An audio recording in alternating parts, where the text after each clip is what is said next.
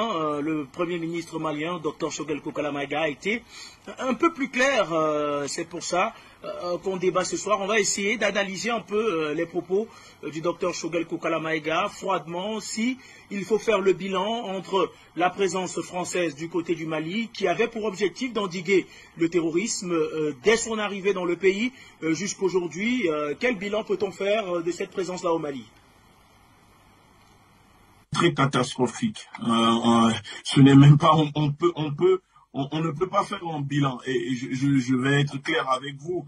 La France, l'objectif de la France, ce n'était pas d'éradiquer le terrorisme, mais au contraire de propager le terrorisme. Parce que quand on veut éradiquer le terrorisme, on ne le crée pas dans le pays voisin. La France ne pouvait pas dire que sa présence au Mali était pour éradiquer le terrorisme, alors qu'au Mali, en Libye, c'est la France qui est responsable de ce terrorisme et que en Syrie, la France finance les groupes État islamique pendant que la communauté internationale bombardait la Syrie. Donc non, la France ne peut pas éradiquer le terrorisme au Mali. Vous savez, chers journalistes, chez nous on dit le marabout qui donne la mort ne peut pas ressusciter. Donc si la France elle tue, comment elle peut être là pour protéger les populations? C'est faux.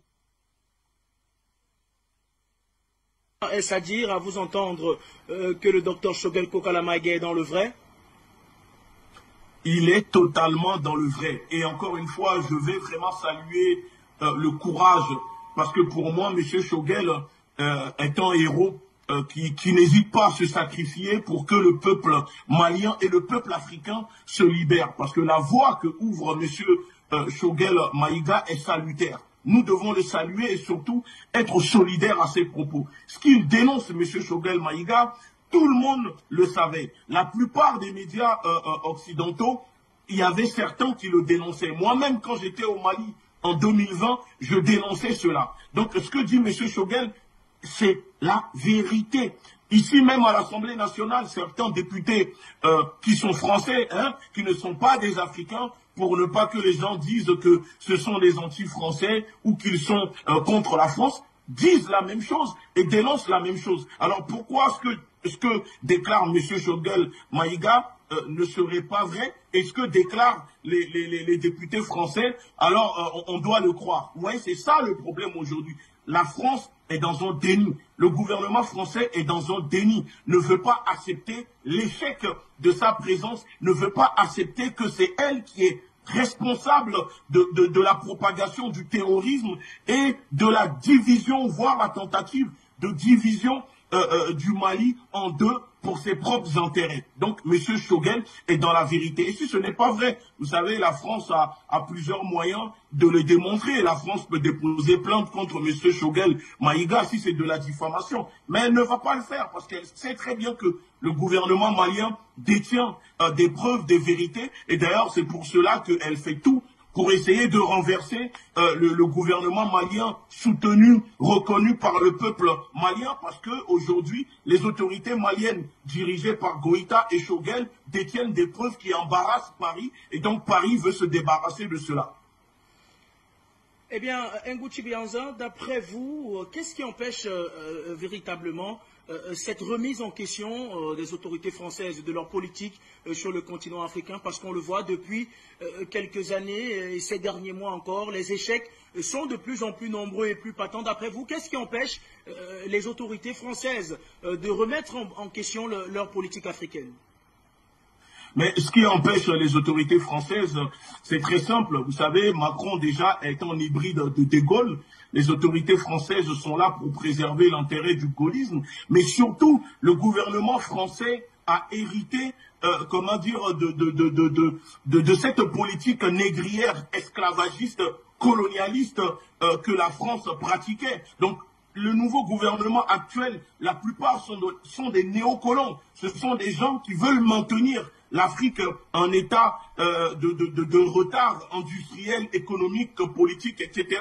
Donc se remettre en question, c'est vouloir changer les choses. Sauf que cette politique poussiéreuse, cette politique d'exploitation, cette politique nationne et d'extermination que pratique le gouvernement africain dans ces camps de concentration, parce que nos pays sont des camps de concentration à l'échelle continentale. Vous savez, ça les arrange d'exterminer, d'exploiter le peuple africain, et peut-être qu'ils n'arrivent plus à comprendre que nous sommes en 2022 et qu'il y a une nouvelle génération d'Africains, de braves, qui sont déterminés à en finir avec cette politique, et que peu importe le prix à payer, peu importe les conséquences, nous allons nous défaire de cette politique, qu'il le veuille ou pas, et on ne va pas attendre que la France se décide à changer sa politique ou à arrêter cette politique.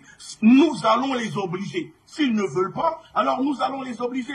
Et s'ils ne veulent pas aimer la façon dont nous faisons les choses, nous allons les forcer à aimer. Parce qu'à un moment, nous sommes à un niveau où il faut radicaliser notre lutte. Il faut de la radicalité dans cette lutte, parce qu'en face de nous, nous avons des gens qui n'hésitent pas à tuer, qui n'hésitent pas à torturer, qui n'hésitent pas à bombarder des femmes et des enfants pour préserver leurs propres intérêts. Eh bien, Ngouti Béhanzin, quand vous parlez de radicalité, à quoi vous faites concrètement allusion? Parce que les autorités du côté de Bamako sont suffisamment radicales en ce qui concerne les relations entre leur pays et la France. Est-ce que vous faites allusion à une radicalité qui sera au-dessus de celle proposée actuellement par les autorités de Bamako? Mais vous savez, chers journalistes, les politiques font leur travail. Les autorités, c'est de la politique qu'ils font. Au peuple aussi de prendre ses responsabilités. Et je dis que le peuple doit être plus radical encore. Parce que là, c'est déjà le cas, mais il faut être encore plus radical. Nous disons qu'il faut couper les liens diplomatiques avec la France. Il faut sortir de la zone franc. Il faut abandonner le franc CFA. Il faut que le Mali tape sa propre monnaie, fabrique sa monnaie. Il faut que le Mali quitte la CEDEAO. Il y a plein de choses à faire. Parce que pour le moment, les autorités maliennes sont déjà radicales.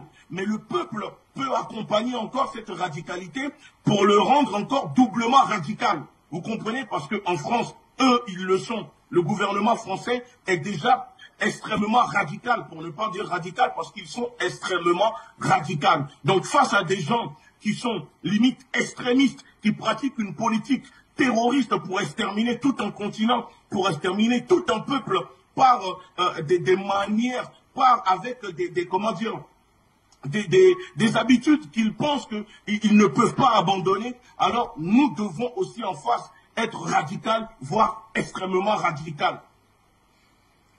En ce qui concerne justement ces relations entre le Mali et la France, est-ce que vous pensez que l'exemple malien, on le sait, le Mali aujourd'hui est comme un caillou dans la chaussure de la France? Est-ce que vous pensez que l'exemple malien pourrait avoir un impact négatif sur la politique d'Emmanuel Macron du côté de la France? Parce qu'on le sait, les élections présidentielles approchent grandement. Est-ce que d'après vous, cela pourrait avoir un impact?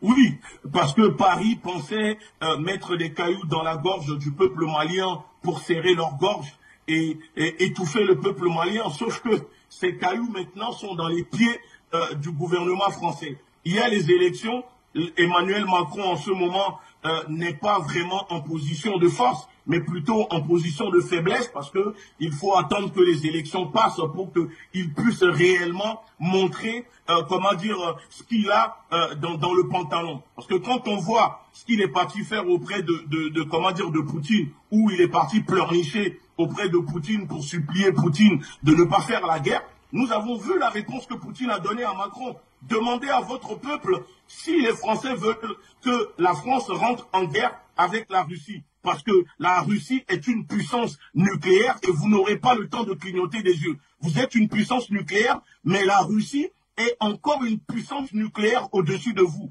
Voilà comment Poutine parle à Macron. Est-ce que Macron parle comme ça aux dirigeants africains? Non, c'est l'inverse. Donc, en ce moment où Macron est acculé de partout, nous devons, sur le continent africain, ouvrir des fronts. Il faut ouvrir plusieurs fronts et déporter le débat, ramener le débat du Mali ici en France pour pouvoir déranger les élections présidentielles et imposer le sujet dans les débats politiques ici sur les médias, comme en ce moment ça commence à se propager un peu partout, où les députés prennent la parole, l'opposition, etc.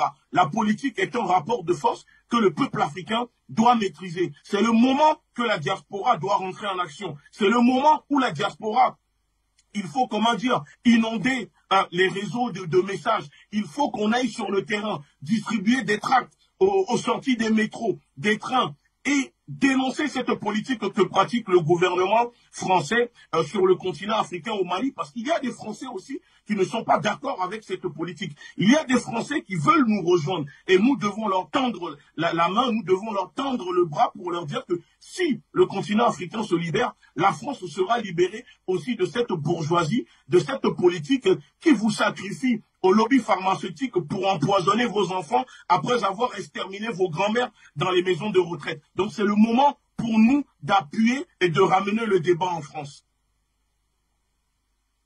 Pour revenir justement sur cette grande corrélation de mobilisation, il faut le dire, du côté de l'adversaire, je préfère le dire comme ça, ils sont soudés et mobilisés. On a vu la CEDEAO qui a sanctionné le Mali, récemment encore, le président Emmanuel Macron, directement après la CEDEAO, était pour les sanctions, des sanctions qu'il a d'ailleurs saluées. Samedi dernier, le président sénégalais Macky Sall a pris la tête de l'Union africaine. Il a également salué les sanctions infligées au Mali, à la Guinée, au Burkina Faso par la CEDEAO. Est-ce que, d'après vous, vous pensez que ces sanctions sont productives ou bien ces sanctions sont plutôt le moyen donné au Mali pour pouvoir se sortir de cette mauvaise passe? Pour moi, cette sanction, vous savez, quand on sanctionne un pays, c'est aussi dans les deux sens. Les sanctions imposées contre le peuple malien ne vont pas seulement faire du mal au peuple malien, mais aussi les pays de la sous-région. Parce que le Mali produit des choses que le Mali vend aux autres pays et les autres pays aussi produisent des choses qu'ils ramènent au Mali. Donc cette sanction doit normalement